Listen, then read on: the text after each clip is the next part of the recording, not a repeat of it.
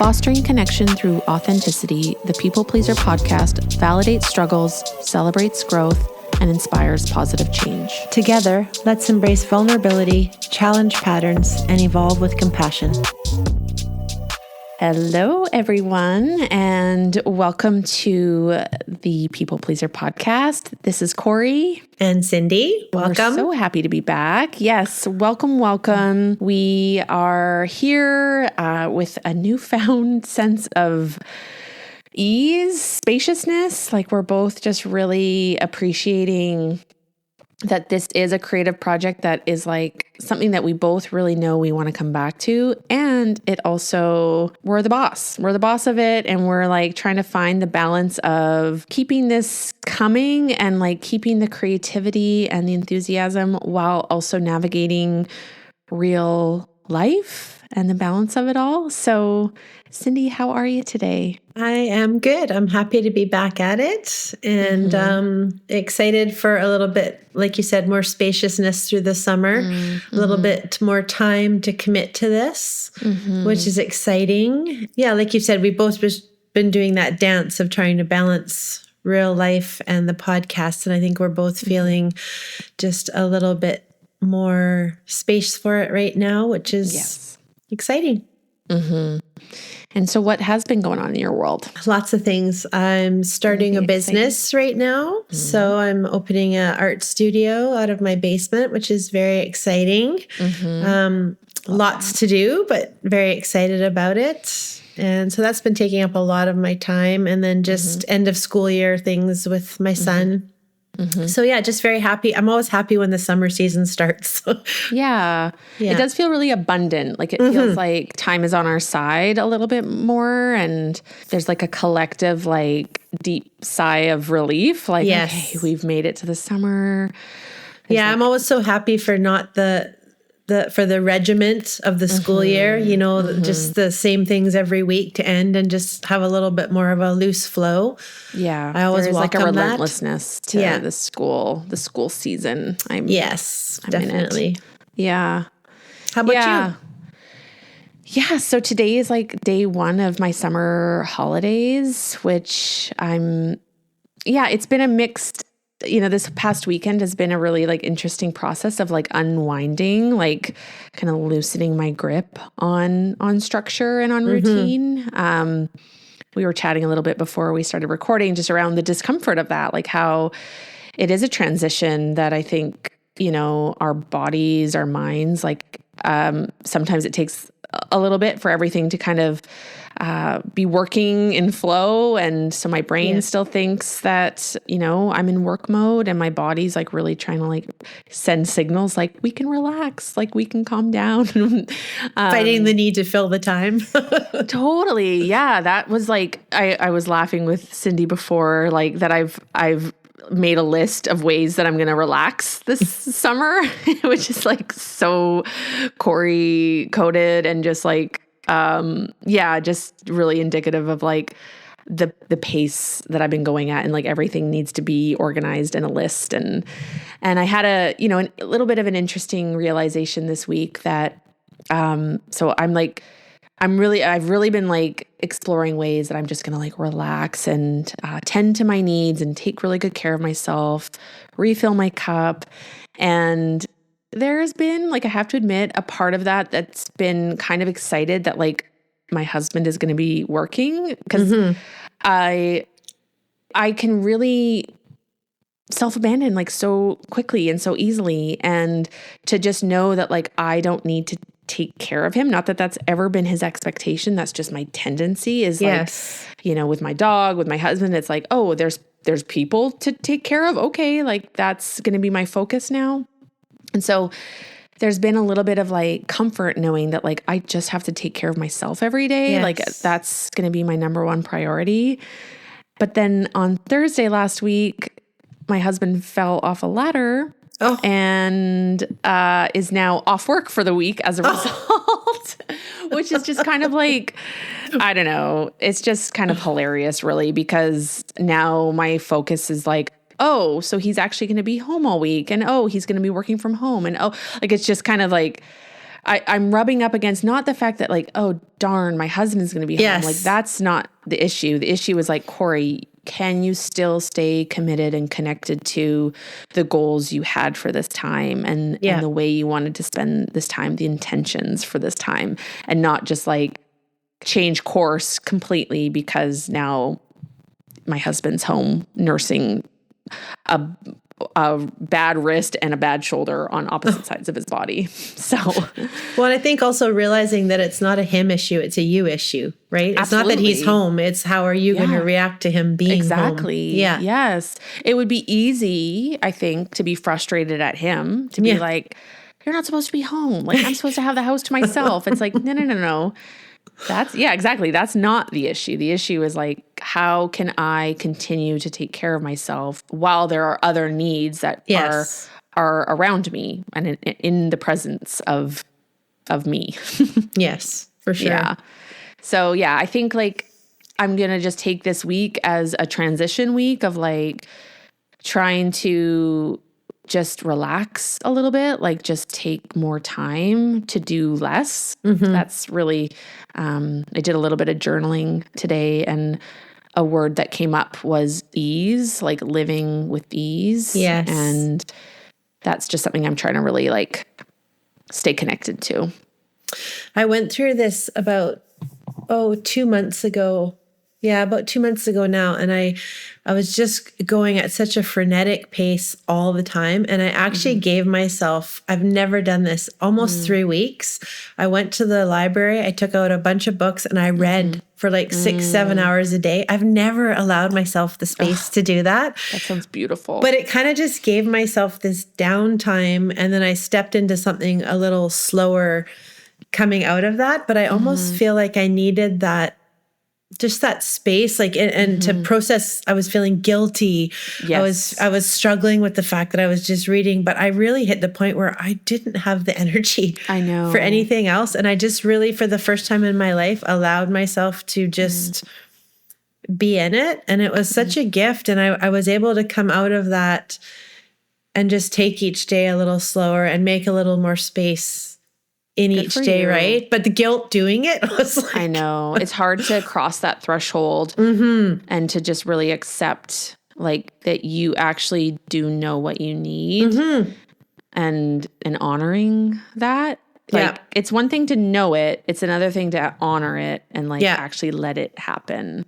Yeah. And I find with me, my body often takes me to the point where I don't have a choice before I listen. And I hate that in the moment. I'm so mad at myself that it's gotten to that point, right? But I really was. I was too tired to do anything else, right? So it was a gift. It was a gift, and I allowed myself to do it. But yeah, just that slowing down and giving yourself permission. And we were talking about this earlier. Like it's a good thing. Yeah, like rest is productive. Yes, I know. And we never allow ourselves in our society to just like.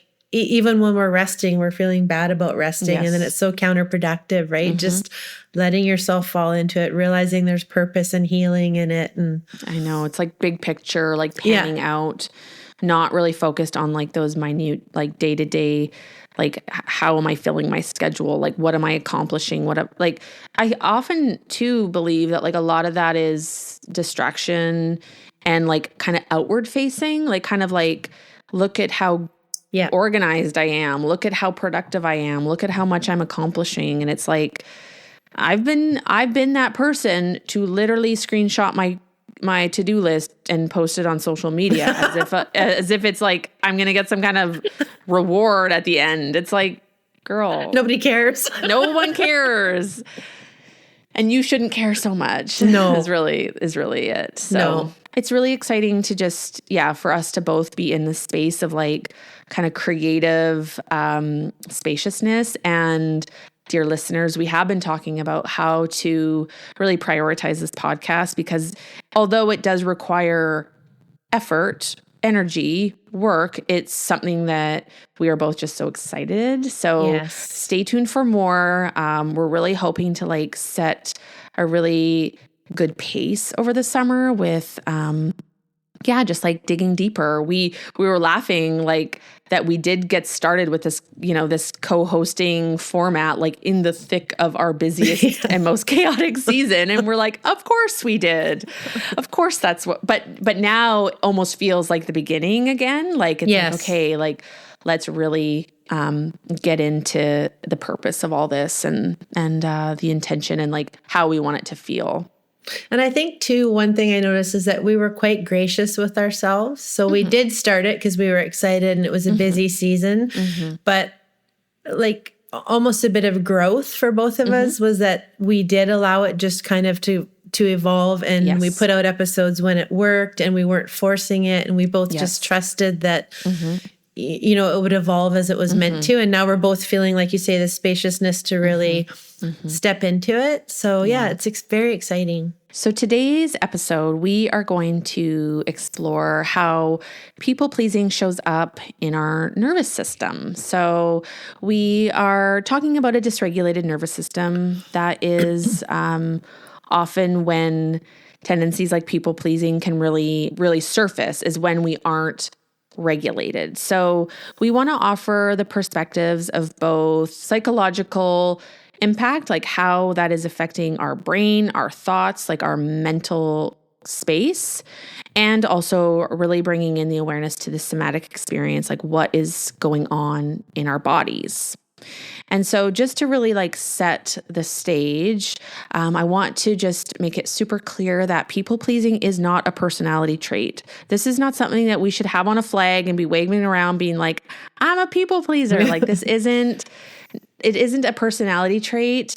It's often a nervous system strategy. It's been something that we have adapted based on all of the different, things that are going on within our system, within our environment.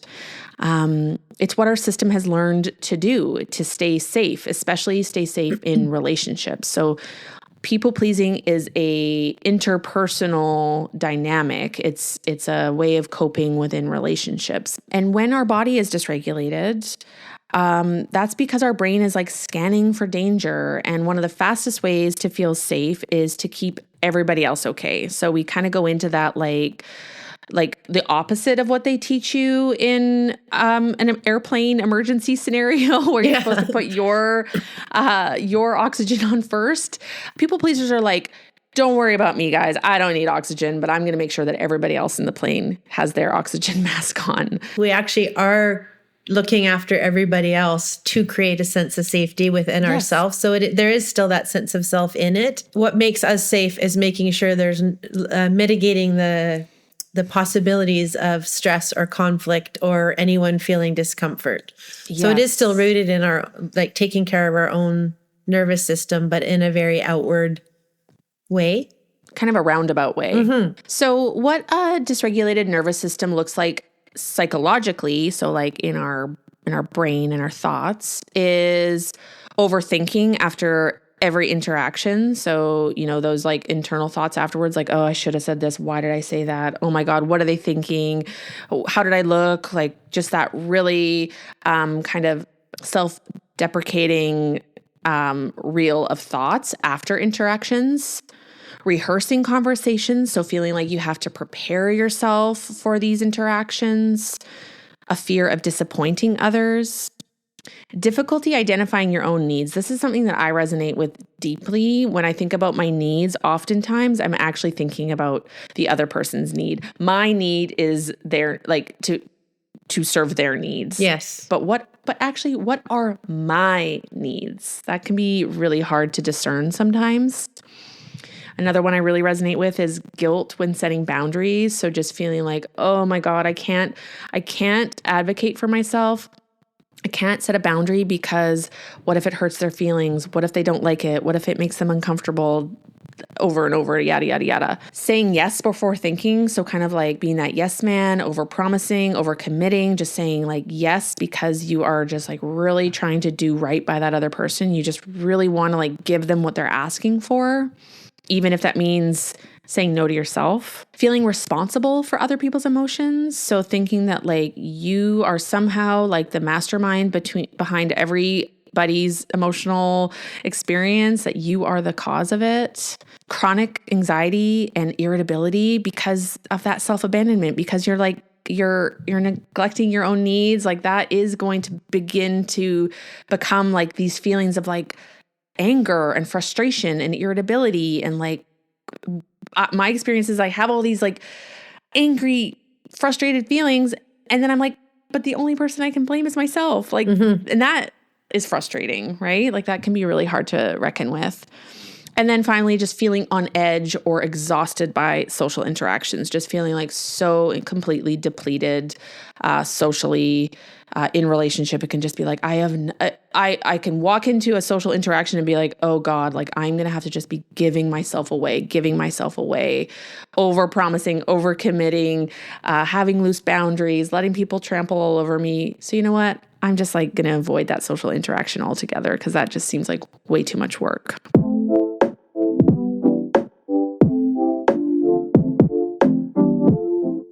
The body is really the only place that the energy of your past experiences can be truly alchemized and shifted from the past into the present. So if we're not dealing with the physical, somatic aspect of it, then emotional dis-ease becomes physical disease. So if we don't tend to those parts of it, it will just get louder and louder, and it presents physically in our body. And that can happen in a variety of ways. One of the most common would be chronic stress, which in turn turns into inflammation and immune suppression. So the constant production of cortisol and adrenaline, and it decreases your dopamine. So you're out of balance. Your immune system gets run down. You have a body-wide inflammation. You have a reduced ability to fight infection. And actually many somatic practitioners note that with autoimmune condition where the body struggles to differentiate between self and non-self. So in autoimmune, your body is attacking another part of your body. It reads it as foreign. Well, that very much mirrors the psychological struggle of failing to separate your own needs from somebody else's needs. So it would make sense that people pleasing in particular often results in chronic autoimmune conditions, right? Can you just say that again? Because that I think is like kind of a breakthrough moment for me. Like, yeah, I would love for you to say that again. Okay, so an autoimmune condition is where the body struggles to differentiate between self and non-self, and the body actually starts attacking itself. And that mirrors the psychological struggle of failing to separate one needs from the demands of the other. The fascinating part of somatics to me is how so much of the psychological is reflected in the body, right? Like it's almost like immediate. It's like, you can't separate those. No, like another symptom is muscle tension, right? Like constant stress of anticipating other people's needs and suppressing your own and holding rigid physical postures. Well, then that results in chronic neck and head tension and headaches and, equates to carrying the weight of the world. Shoulders, ears up, carrying that heavy weight. Or when you look at TMJ, so temporomandibular joint pain and teeth grinding is very common too, right? So we clench our teeth and brace our jaw when we're preparing for impact or stress, right? We turn our chest inwards. We get a concave stance. For me, it's like all in my shoulders. Yeah. Like all through this region, right? Jaw, neck, shoulders, everything. And chest, we're bracing. So the jaw acts as the emotional and physical shock absorber. And somatically, the jaw is the guard at the gate. So it holds place for unexpressed emotions. So of course, if you felt you didn't have a voice, if you silenced your own opinion, if you have unprocessed anger, it'd be very common to have TMJ pain or grind your teeth at night. Wow. So that whole metaphor for not being able to have a voice, right? And express yourself. The other big area we see is gastrointestinal, which just totally makes sense. Ding, ding, ding. Yeah, the gut and the brain axis is highly sensitive to emotional stress, and digestion is deeply connected to our autonomic nervous system, which we've touched on a little bit before, you know, that we're either in that fight, flight, freeze, fawn, or the rest and digest. And primitively or historically, we flowed back and forth between the two. So you'd go into fight or flight when there was a danger, and then your body would naturally, you know, return to the rest and digest. Well, we live in such a stressful environment now that our bodies, no, we don't get to go back. So when we're in fight or flight, we're in the sympathetic nervous system, and that the brain triggers the stress response, and everything non-essential stops working. So we're sending blood flow to the major muscles like heart and lungs and muscles to be prepared to run or fight off an attack. Your muscles contract. So our stomach muscles stop working or slow down. So we're not getting that peristalsis to process food through. Our secretions slow. So saliva and enzyme production decreases, but stomach acid increases. So heartburn.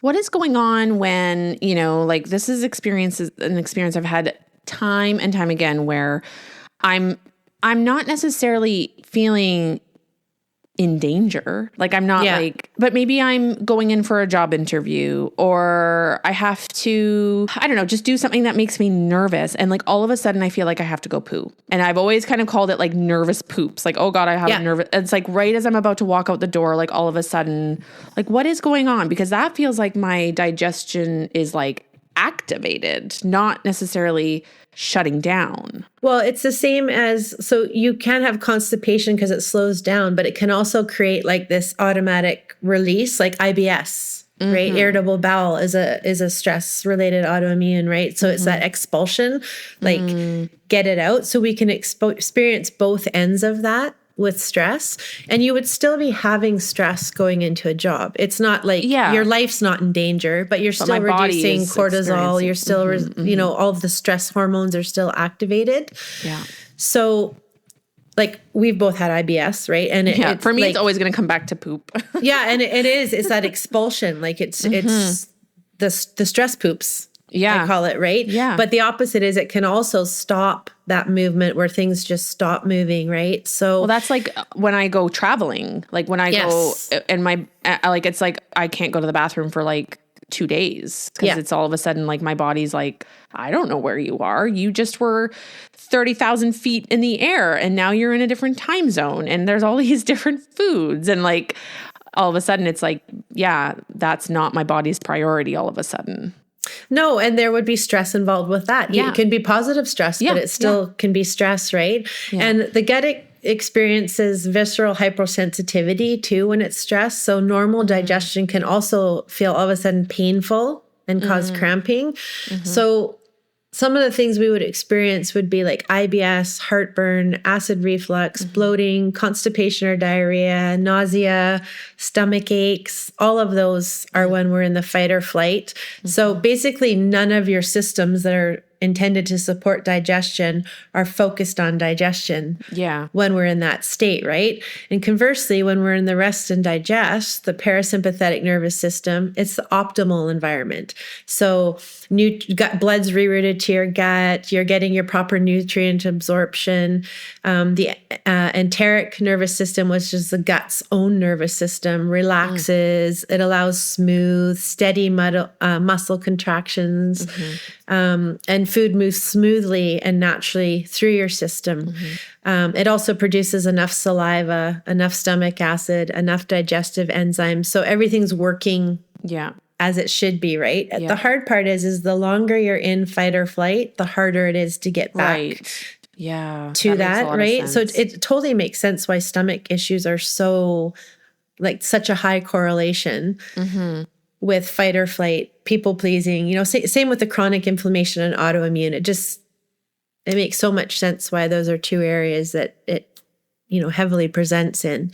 I didn't know our digestive system had its own nervous system. I just learned that too, actually.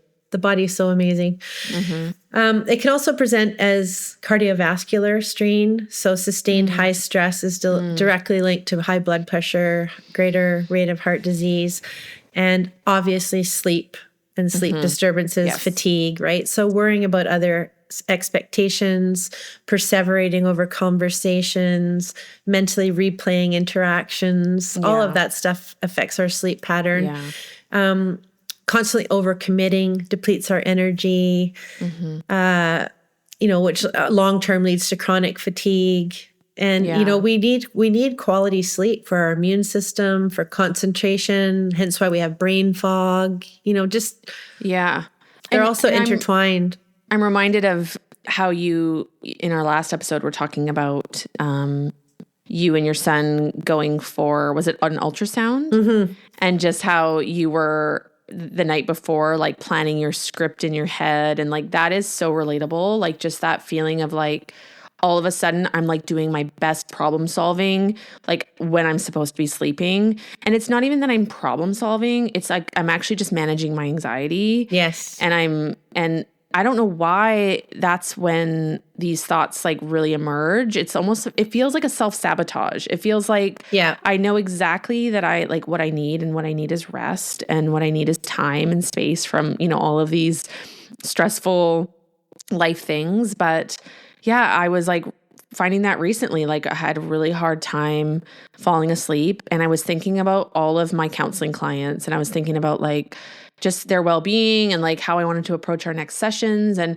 it all came from like a good, like well-intentioned place, but it was like not the time. And it was my worried brain. And then, the direct impact of that is like being super tired the next day and like, just like not being on my game the way I had been like planning to be. Yeah. And I feel like postmenopausal, that switched for me. So I used to historically have real troubles falling asleep. Everything would be playing over in my brain. Now, because I'm exhausted, I will fall asleep. But if I wake up for any reason, my brain just like 2 or 3 in the morning, or first thing in the morning, if I wake up at 7, immediately I start going through the day. And there's I don't even try to fall asleep anymore. I just get up and start the day, because it's more stress trying to fall back asleep than it is actually just getting up and taking steps towards dealing with those things. Or just maybe even giving myself 5 minutes in the morning, right? Like, I used to think, I'll just get another 15 minutes sleep. Well, I'm not. So it's less stressful to just get up than to lay in bed and perseverate over the fact that I'm tired and could use more sleep. Yes. That used to happen at nighttime too, when I couldn't fall asleep. And then you're watching the clock tick and you're like, I've only got 4 hours to sleep. I know. Oh my God, I know that so well. And then you're definitely not going back to sleep. Nope. It's game over. Yeah, and just one other final area it can affect is definitely elevated stress hormones. So because you're constantly accommodating others, it elevates your cortisol and adrenaline, and at the same time is depleting dopamine and serotonin. So keeps us in the constant cycle of anxiety, physical exhaustion, and eventually burnout. Right. Yeah. Right. So like what we're describing, there's like kind of a core issue with people pleasing. And, it's not to say like we're doing a bad job. Like we really have learned this. Our body has learned this. We've said this in previous episodes. Like we've had experiences where this has worked for us. And so we've really like adapted to these behaviors, and like Cindy's been describing, like our body is like literally adapting to this this rhythm that we've created. So the core issue is truly self-abandonment. We have trained ourselves to just constantly be scanning outward instead of inward. So instead of like really tuning into what do I need? How am I feeling? What's going on for me? We're looking to just like manage the environment at all costs. So that can look like scanning the room instead of scanning inward. And you're losing access to like, what are your needs? What are your preferences? What are your opinions? What are your desires? Like it really becomes hard to like connect with yourself, like your true authentic self, your needs, like your core needs and your core beliefs. Like it, I can speak to the experience of like wanting to be that person that gets along with everyone, doesn't have a strong opinion, can just kind of go with the flow, can fit in with the crowd. And then it's like, but what do I even stand for? What is even important to me? Like, what is my opinion on this matter? Like, I just feel like I've really diluted some of my best parts to like fit in and belong to with everyone. I think the hard part too is that because it originated out of the body's wisdom, but it came from a place of such primitive reflex that it really becomes so automated and almost invisible if you're not paying, like you really have to start paying attention to it, because it does just become a real reflex response, right? Because it feels like my body is telling me those things now. Like, and like you said, like our body holds wisdom, but it's like, but we are informing our body. Yeah. And we always want to be growing, right? So we've talked about before too, like you're outgrowing that. You no longer need that thing. So, left unresolved, it will lead to emotional and health issues, right? Whether it be resentment and anger or loss of self or autoimmune conditions. At some point, you have to step out of it, or your body or your mind will just keep talking to you louder and louder until... Yeah. That's something that I've been like, I think coming up against with like having this summer break. And like, as I was describing at the beginning, like I so desperately need to like rest and have that like restorative time. Yeah. And so much of that right now feels like I want to come back to myself. Like I'm missing myself. I'm missing feeling like embodied and present and curious and passionate. Like I'm missing that. And I feel like I have been on this autopilot of like commitments and responsibilities. And so there's a part of me that is like so excited for the summer, like to just have that spaciousness. But then there's this like kind of negative voice kind of getting in the way, saying like, but are you going to do it? Like, are you going to? Are you going to do it? Or are you going to continue down this path? And like, I'm like at this, like, I don't know.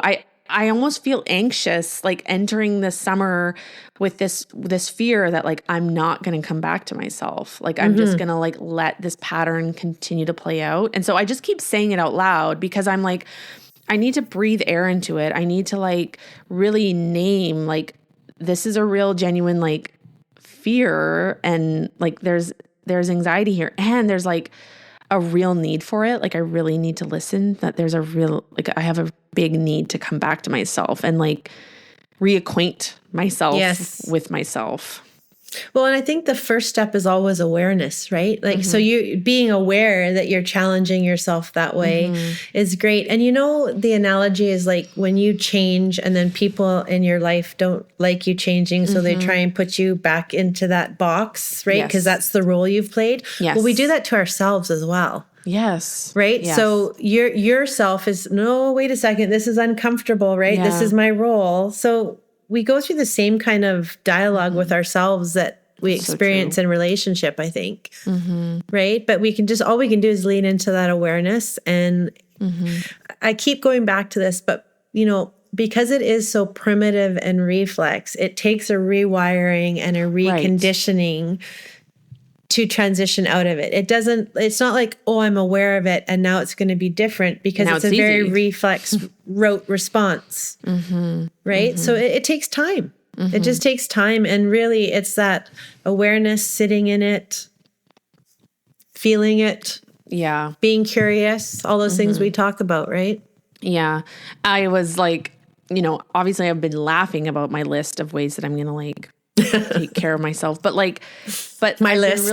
My list. But I've really been like trying to set intentions of like, and how to hold myself accountable without being like so rigid in that. Like, and like so far for me, like I was journaling about this morning, like accountability has been like seeped in rules and like structure, and like, it's like I can pass or fail. And that just comes with such a huge amount of pressure. And so I just like, I need to lean into trusting myself. And what I really appreciate about this conversation is also like trusting my body, that my body is giving me so much information, and that it is an authority that I can respect and listen to. Yeah. And that like my thoughts they shouldn't always be the most important voice, or like, I don't want my thoughts to like drone out the information and knowledge that my body's trying to tell me. It's so interesting, like kind of learning to trust yourself while also learning that like you've kind of gone astray for a little while, and like to come back to yourself can feel a little bit scary. Like, do I trust myself? Like, do I trust the version of myself that I'm trying to come back to? Yeah. Yeah. Well, and I think also, I feel like you are having a conversation between your head and your body, right? That is the dialogue that's happening right now. But we spend so much time in our head that just learning to trust our body and accept the value of what it's saying to us as well, right? It's just as important, if not more important. As a society, like there's so much that we're trying to like tamp down. We're trying to like not feel the feelings. Like we're trying to like mute the signals that our bodies, like, oh, IBS, like got to get rid of, like, yes, we want to get rid of the chronic issue, but like, what is it telling us? Like, what are we learning from that? It's not about just making it go away with like drugs or whatever. Yeah. Like I've always kind of appreciated that, like, my husband, to a certain extent, wants to feel his pain. Like he wants to know his pain, to live a life where you're like, you have all these underlying issues, but like you've muted them or like tamped them down. So you're not listening to them is that doesn't actually resolve the core issue. Well, and that's so our culture, the North American way, right? We don't grieve. We don't, our whole society is about numbing and not feeling and not experiencing, right? It's how do we avoid all those things? Yeah. And with that has become this like inherent fear around it as well. And then by not experiencing it, feeling it, it grows into a beast of its own and becomes bigger. And if we just like experienced our grief when we felt it, experienced our fear, experienced our pain, and processed it through, we'd be so much better off than what it in turn turns into. Yeah, learning to trust yourself with those experiences and being curious. This is a bit of a tangent, but like, when my dad was sick and he was, chronically sick for a long time, my thoughts were like, I'm not prepared for this grief. I'm afraid of this grief. I'm afraid of that I won't be able to handle it. And that was like where so much of my thoughts was like, I will not have the tools or the resiliency or whatever to handle this emotional experience. And that was like, so wrong. There's almost a part of me that wants to say I'm grateful for the experience of grief, to have learned that like not only can my body withstand that experience, but like so can my mental like capacity, like my thoughts, like my brain allowed me to like let that be a healing journey and a reflective journey, not like I got to feel it. I got to actually like feel the experience. Yeah. I was talking with someone the other day, and I was expressing how I've experienced a lot of loss and grief in my life, but it's taken me to this beautiful place where I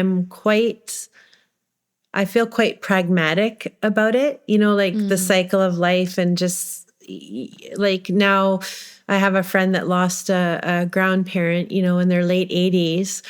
And I was just saying, the people left behind can feel sad, but how do you feel sad for that person that lived into their 90s and had a beautiful life? And, to celebrate that rather than it's this big, terrible thing. They would not want that. No, it's actually quite beautiful. And I've actually had the privilege of witnessing 3 people pass.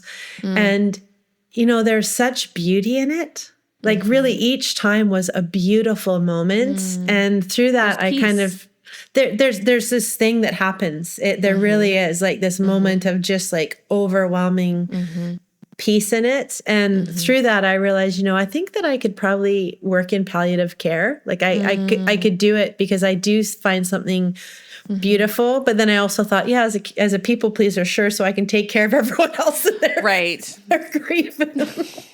Yeah. Probably not the best. Careful. You have to be, that is interesting. But like a death doula or something. Yes, that's right. Exactly what I was thinking. Yes. There's just something so beautiful. And I do consider it a gift to be able to get to that place, right? That I can see the beauty and I can see just the circle of life in it. And I mean, I definitely wasn't always there. There was definitely a season where, it was not good. It was very hard. And but now to be out the other side of it and just be in this place,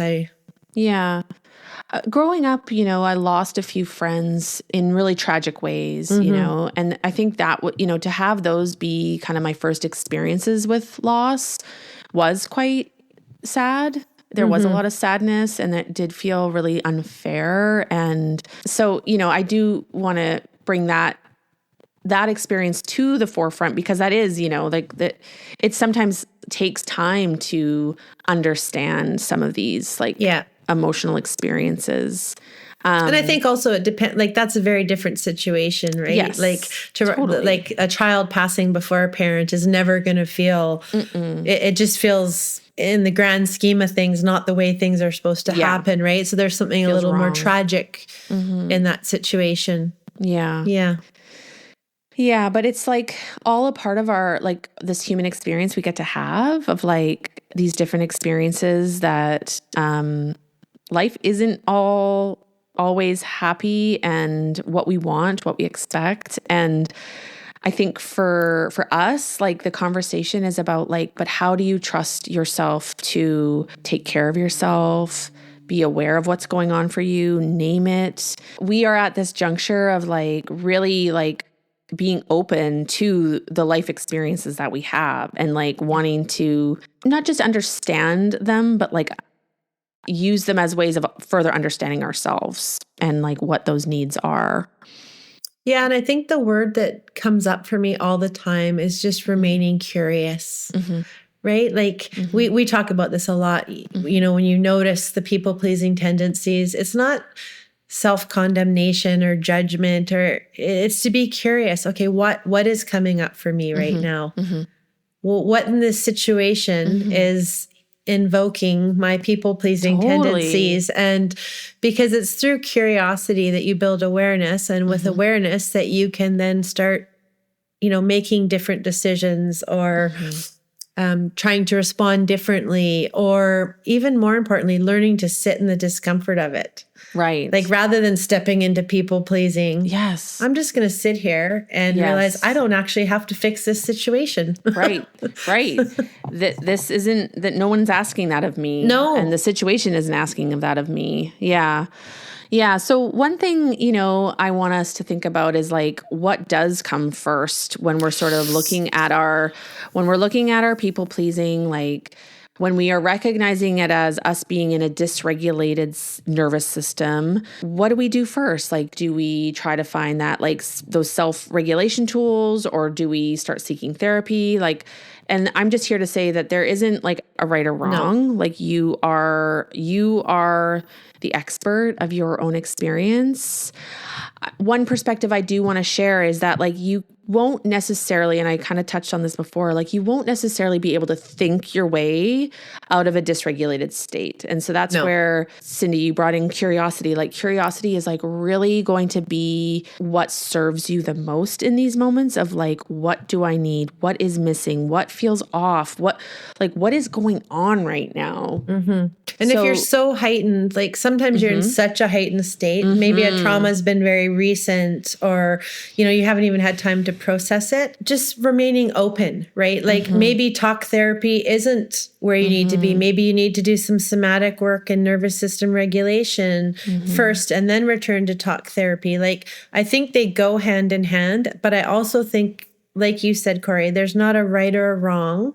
And sometimes it's oscillating between the two. Right. Like I'm at a different stage both. now. I need to go do some somatic work. And then, a couple of years from now, this is coming up for me again. I'm going to go back and meet with my therapist, right? That it's a ever evolving.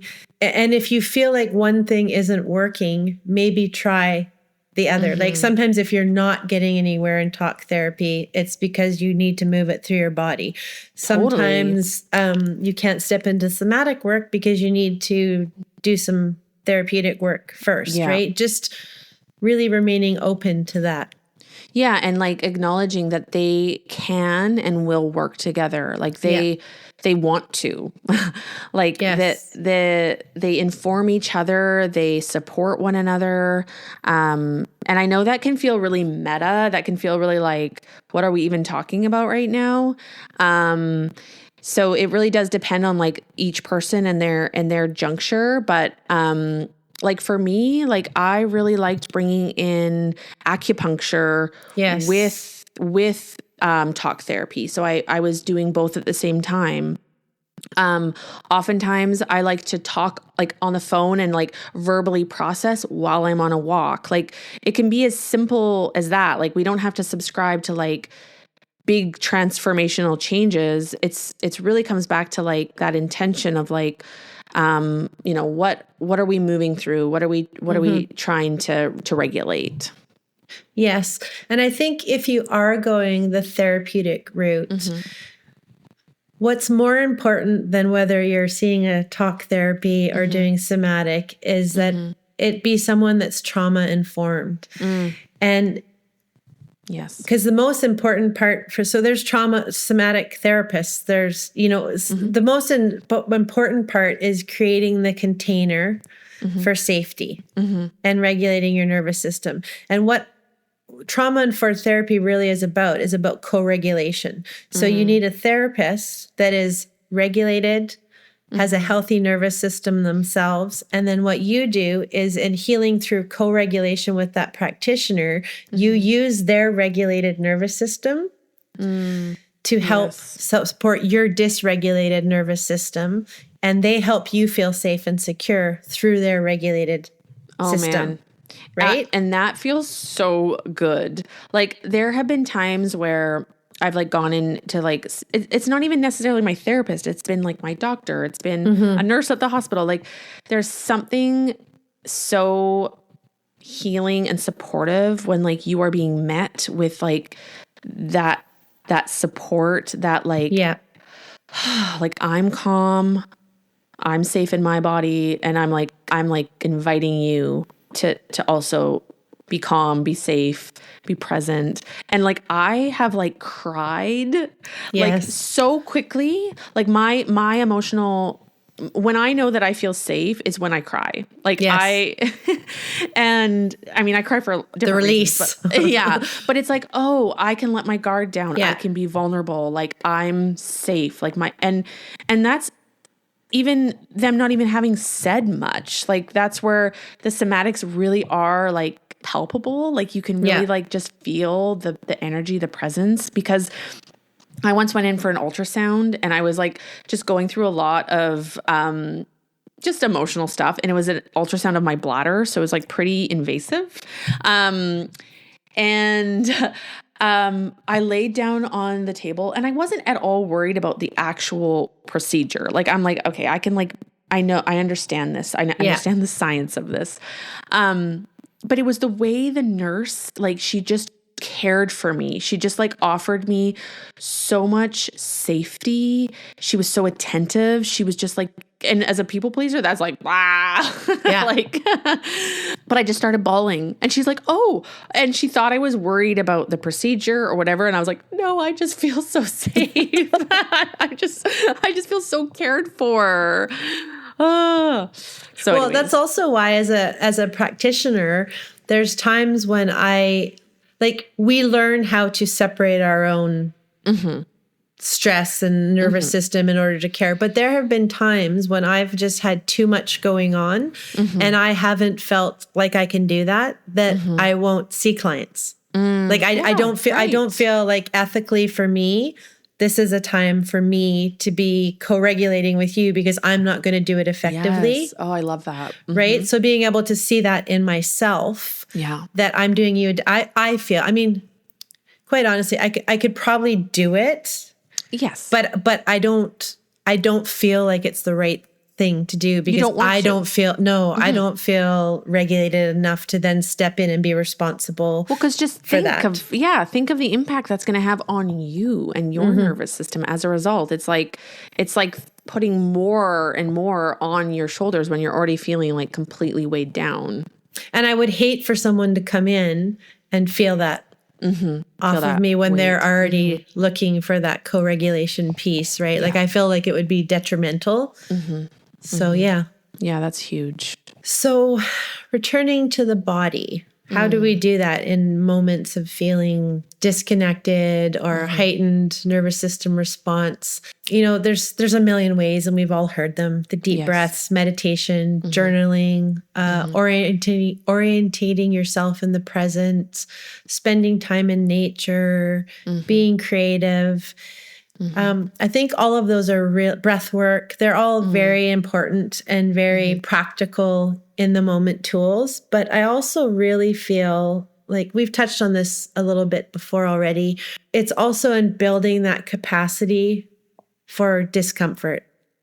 So while we have these tools that can help, regulate our nervous system, they don't comfort. They don't necessarily help in the moment when we're being triggered, right? So it's learning in that moment where something feels uncomfortable to sit with it for 5 minutes. Just let the discomfort happen. And yes, it might feel unbearable, but it's really in building the tolerance to those situations and realizing that the world doesn't collapse and that, we're okay at the end of it, that you start retraining your body that those actually aren't threats. Yeah. Right? It's going to be so hard, but also like the way you're saying it, it sounds like so available. Like, so it's there, like that time is there for us. Like we all have access to those 5 minutes or whatever it is. Yeah. And then just building the tolerance, the window of tolerance, right? Just slowly increases. But I also think it's building the window of tolerance, but it's also disproving the catastrophic thinking we often have, right? Like, if I don't fix this is going to be terrible. Or it's that urgency. But we're also responding to that little child that did those things in the moment, right? So we actually need to step into realizing it doesn't look like what it did when we were a child. We're adults now. We have the capacity to be uncomfortable. We have the capacity to work through this. We don't have to step in and abandon ourselves and fix it every time. Such a little Corey experience yesterday. Like I was so my child self, like literally thinking I was going to get in trouble because what was it? It was on whatever. It was this weekend. And I was, we just had a bunch of like, work done in our yard, and we had to dig a trench. And so I was refilling the trench, and we'd put all the dirt we dug out on a tarp, and then I was, shoveling it off the tarp back in. And I accidentally like jabbed the shovel through the tarp and I ripped the tarp, and it looked like a pretty thick, like pretty expensive tarp. And my husband uses tarps for his job all the time. And I was like, literally ready to like fold up the tarp, put it away, and just like be like, like I was like scared, like that. It was just that little Corey moment of being in trouble that I'm still so connected to. And I had to like take time to actually like sit with like, Corey, like, you're a grown ass woman. You can go buy another tarp if that's truly the outcome that is necessary. You can patch this tarp if that's, and I just like wanted to have the integrity to just like own the honest mistake. Like, just be like, I did this. Oops. Like, no ill intent here. But yeah, like just listening to you kind of speak to not just that child self, like to not punish that like little Corey, but to also like just take time to like let the tape play a little bit. Like let it kind of play, like what's the worst possible thing that's going to happen? Like what's actually real? What's not real?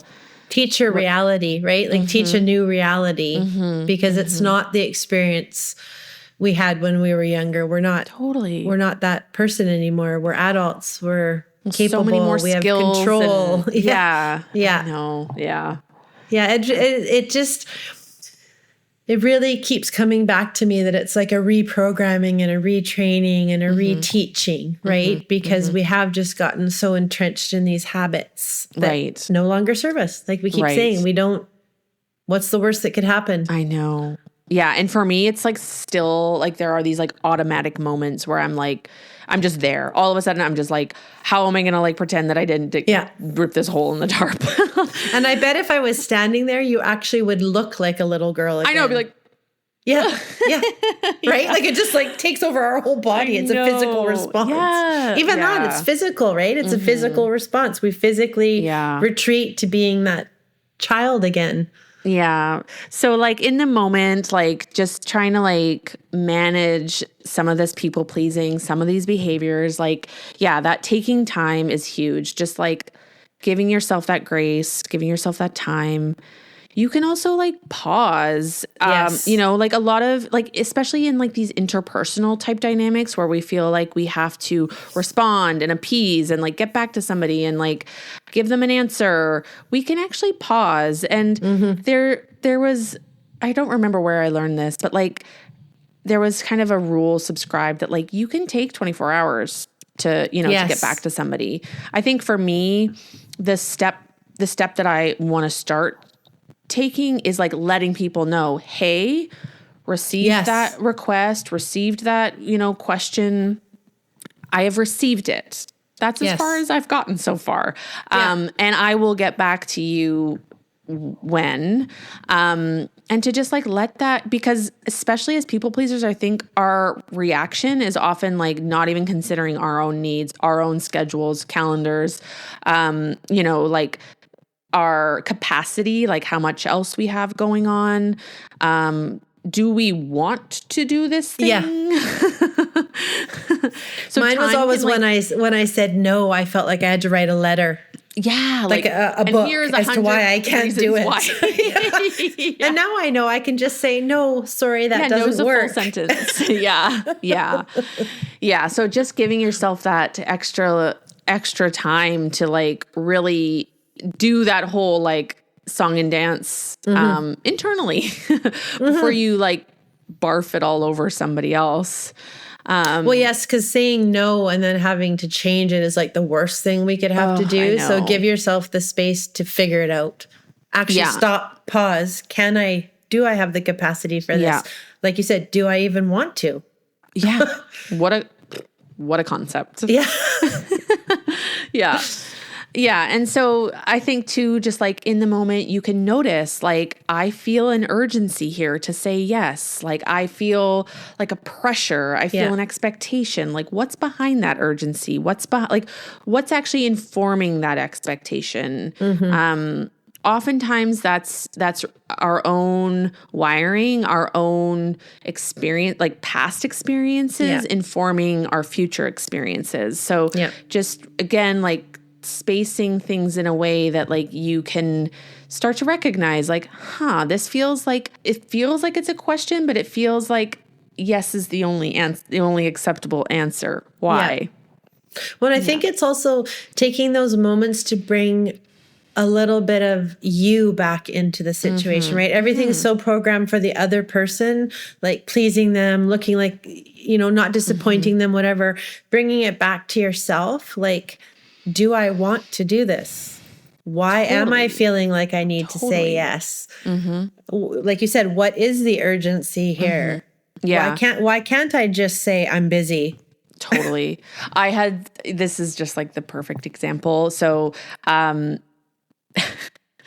a few days ago, before I'd really committed to like having this summer be one of rest and ease, I was humoring the idea of picking up shifts at a cafe that I used to work at, and our friend owns it. And I'd mentioned this a couple times to my husband, and then we ended up going to the cafe to help the owner out with something. And in the car, I was like, I am not going to tell him that I'm available for work. I am not. This is not. And I was saying this out loud to my husband. Yeah. We're at the cafe, and I'm like, so, and I ended up offering myself up. I offered to pick up shifts as needed. And then I made a disclaimer, but I'm really tired and I'm really burnt out and I don't really know when, and I started to like backpedal. It was so old programming. Like it was so me just like people pleasing the hell out. And for me, like there was also that layer of like scarcity thinking, like fear-based thinking, also uncomfortable of being like, I have the summer off, like all of that. And then so I, kind of made this like really lame offer to like be able to help kind of, sort of, maybe. The next day he texts me, he's like, hey, so I have Thursday, Friday shifts coming up. And I was like, oh my God. Like that's what we do though. We put ourselves in the situation. We mitigate it then to have to deal with a bigger issue. Friday shifts available.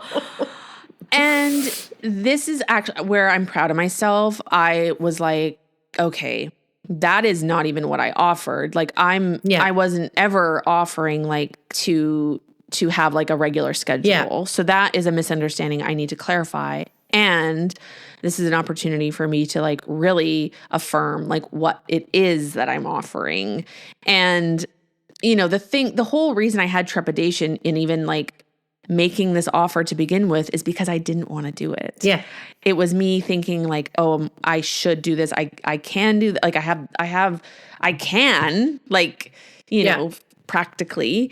But like, do I actually want, if he were to be like, hey, there's a shift available, am I ever going to say yes? Or am I always just going to make up some lame freaking excuse as to why I can't? And then feel guilty. And like, I should even reframe. It's not going to be a lame excuse. It's going to be like, I'm burnt out. I don't have the capacity. I like real, like honesty. And I don't know. It's just like, this is old programming that there's like something it's still serving. Like some part of me, it's still like kind of having these like moments of resurfacing. But I do think I'm getting quicker at like noticing it and quicker to like not backpedal, but like kind of back up and be like, I actually take that back. Yeah. I don't actually have time or capacity, and that isn't what I had in mind. And even really just to say, you know what, my immediate response was to jump in and help, but actually in hindsight and thinking about it, I just don't even have the capacity for it. And that's okay. Like there's nothing wrong with saying that, but that feels so uncomfortable. It feels very hard. Right? Yeah. Saying one thing and then taking it back feels, I don't know what that is. That feeling is like, it's like I'm not being integrity or something. Yeah, it's like my integrity is kind of like I'm bringing my integrity into question. My therapist once said, but what do you think the person would feel in that situation when you're showing up just because you feel like you need to and resenting them and not wanting to be there? Is that kind? No, totally. Right? Totally. And it's like, you don't think about it like that. You just think about it like, oh, I'm letting them down but I would want someone to tell me. Mm-hmm. It's true. I would want someone to say it just doesn't work. I wouldn't want them showing up for work, resenting that they're there. Totally. And then I'd feel bad, like you're coming because you feel like I need you here. I know. So anyways, just being real, still figuring it out. And I think from a like somatic perspective, you can like take moments to just like regroup and reground yourself in your physical body, whether that's taking a deep breath. Like that's something that I've become really, really good at, is just like and just like letting all the air out and like really sitting with my breath. The breath I was afraid of my breath for a while. It's such a powerful tool. Yeah. Like what it can do in a matter of seconds to ground you is just unbelievable, right? I mean, largely because when we're stressed, we stop breathing or we shallow breathe. So just actually even getting oxygen into your body and the slowing down. And, you know, when you do deep breathing, you're just concentrating on the breathing and nothing else. So it's a great tool for in the moment, in any moment, right? You don't need a setting or an environment. You can just do it anywhere. And I think too, just like having bodily awareness, like just like kind of doing a quick body scan or like, you know, I know a lot of people are like, I need to just go touch grass. Like I need to go like put my feet in the grass or like walk along the beach or, you know, just like do a few stretches, just like really like know that you're like safe in your body and to have that like be like, okay, I'm safe in my body. That's like a really good place to start. Well, I think orientating, right? So I'll often say that with your breath, while you're taking your deep breaths, feel your seat on the chair you're sitting on, feel your feet on the ground. And then when you stop breathing, look around the room, you know, scan, realize where you are, realize you're safe where you are and present, because all of that's just very grounding and orientating, and you're actually not in the threat that your body's perceiving. Right. Yeah. In that moment. I once had a instructor, I think this was in my undergrad, I forget. We would always do these like check-ins. And as a part of our check-in, like she did a lot around, like that orienting, like just getting like situated. And she always used to say, because I don't know, anyway, I'll say what she said and then I'll kind of relate it to what I know. But she used to always say like, look behind you.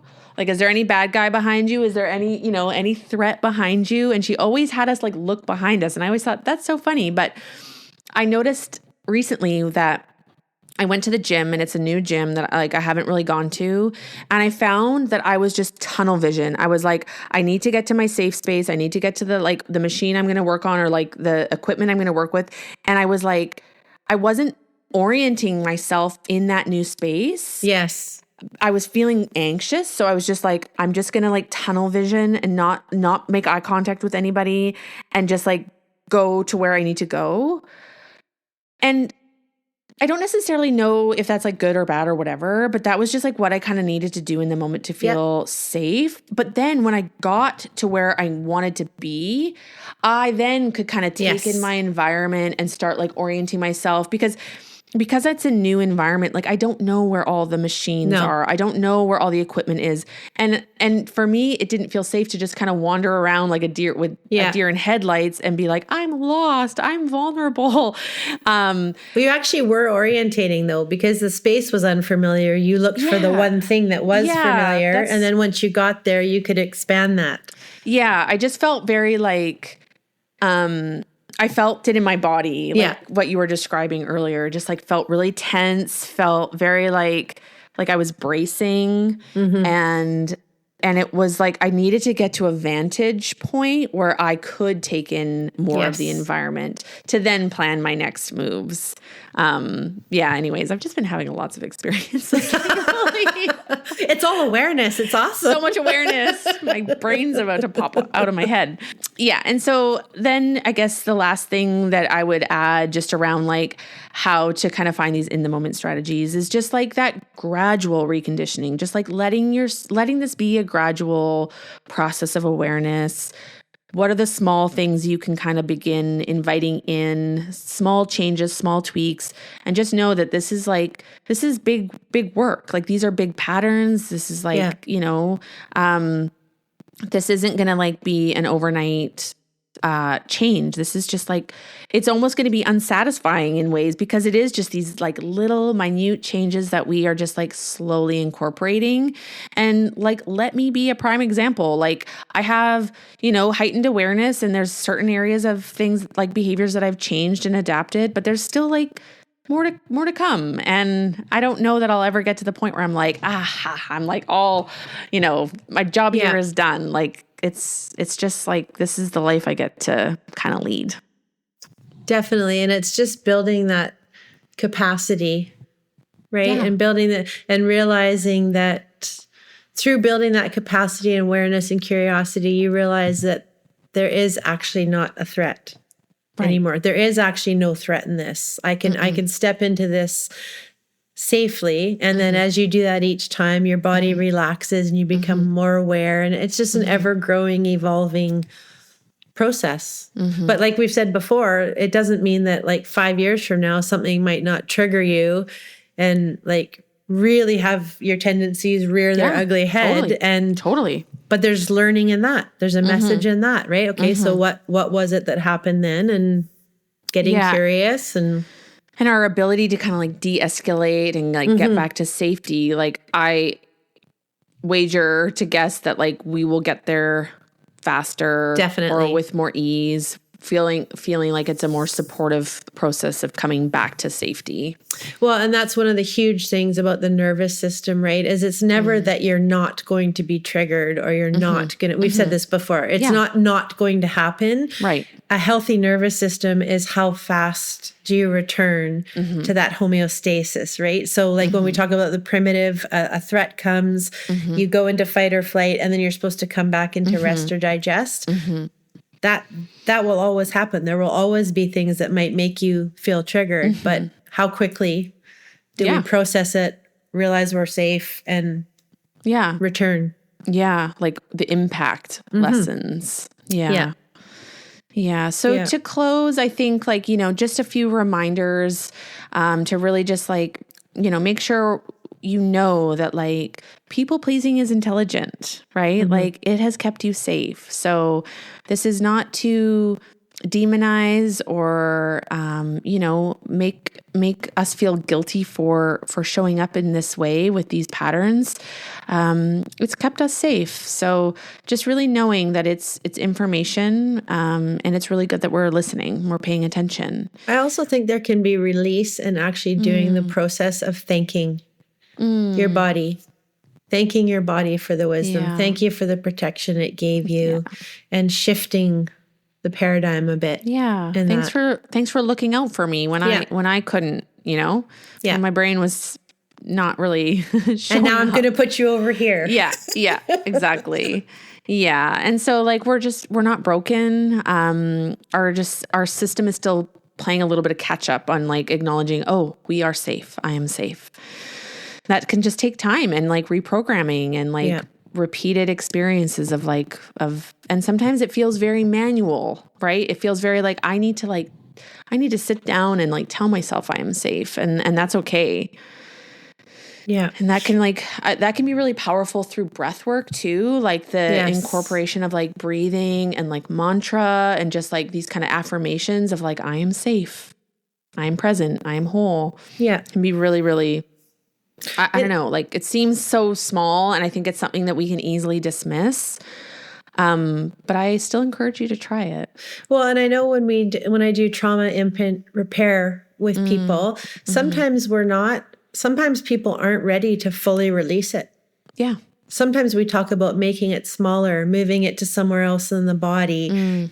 Sometimes they're not ready for the full release then. So there's ways to shift it and move it around and lessen its hold and just do it in more manageable steps. Yeah. Too sometimes, right? It doesn't have to be a full system overhaul. No. Yeah. Because how scary would that be? Yeah. For some people, that's too much, right? They're not ready to just release it fully, which is okay. Yeah, that's a really important reminder. And I think as it pertains to like, the care we are offering people through our people pleasing, like that is genuine care. Like we are, like there's a lot of this that is well-intentioned. Like there is genuine care beneath it. And it's not that we have to stop caring about others. It's that we get to include ourselves in that care. Like we also get to care for ourselves. So it's not necessarily one or the other. It can be both. Yeah. And I would say too that there's also this piece that comes that like an awareness that their journey is also their journey. We can't stop their journey. We can't, you might want it to be different for them, but everybody has their journey in life, right? You can be there and you can be support, but their journey might look different than what we would want for them. Totally. I have one last little story to say. Okay. So I buy the groceries in the house, and so I anticipate like when something's going to run out, and this is a new experience for my husband, being that he was a bachelor for many years before I came along. And so it was really funny recently. Like if he has a little bit of milk, because we drink different kinds of milk, if he has just a little bit of milk left, I'm going to buy him, I'm going to buy him a replacement. Of course. And he is like, every week, he's just like in awe, like, oh my God, there's another milk. And I took that as like good, that's good feedback. Like, I'm doing such a good job. Like, and it's not necessarily people pleasing. It's like just going grocery shopping, but providing care that he didn't necessarily like ask for or need. And he said to me recently, it would be good for me to run out of milk sometimes, which is kind of like a funny analogy to me in a way, because it's like obviously not about the milk. It's just about me like anticipating his needs like all the time, more so than he is even thinking about. Like, if he didn't have milk, he would eat something else for breakfast. Yes. So that was just like a really good moment for me to be like, like, not that I necessarily need to change everything, but like the urgency behind that is like, I don't need to like make sure he's never out of milk for the rest of his existence. It's to just like know that like he is going to continue to take care of himself. That's kind of how I'm tying this in. Like he's going to take care of his needs if I'm not. And I think he was speaking to a bigger issue than milk, right? He's trying to like he is picking up on that. Oh, Brian can't be out of milk. Oh, I'm going to anticipate this, and it's like it's okay. It's not a failure if you don't. Busted.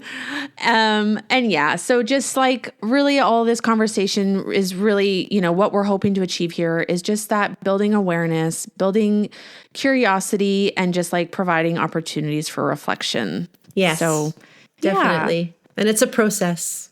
It's a process. A good one. I'm so glad to be on the journey. Yes. Mm-hmm. Yeah. And we're so pleased to have you with us and our community, part of our community. I know. Yeah. So we're really, really happy you're here. We have a little bit of an ask though, and this is going to be something that we begin building into every episode. We stream on both Apple Podcasts and Spotify and wherever you find your podcasts, but those are, the top players. And Spotify has an amazing function where you can leave comments. And so we would love to interact with you, like just bringing these conversations like out of just this, like us talking at you and bringing it more into our community. So on Spotify, you can leave a comment. And what we would love to hear from you this week is, when do you notice that your people pleasing is activated? Like, what are your thoughts? What do you notice in your body? Like, when are you finding that like your people pleasing is really ramping up and coming to the surface? And like, what are those thoughts sound like? What's going on in your head? What is going on in your body? So you can leave a comment in Spotify and we will get back to you. It's also something that we can begin sharing on here to just like really bring the conversation full circle. That just feels exciting to us to just like really get to know who our listeners are and what's showing up for you. And if you're not on Spotify, we are on Instagram as well, and you can leave comments there as well. Yes. Both will work. We will be, really tuning into our Instagram at peoplepleaser.pod. That's at peoplepleaser.pod. So you can DM us, comment on our latest posts. We'll be active in the stories. So please find us over there. Thanks, everyone. Thank you. Bye.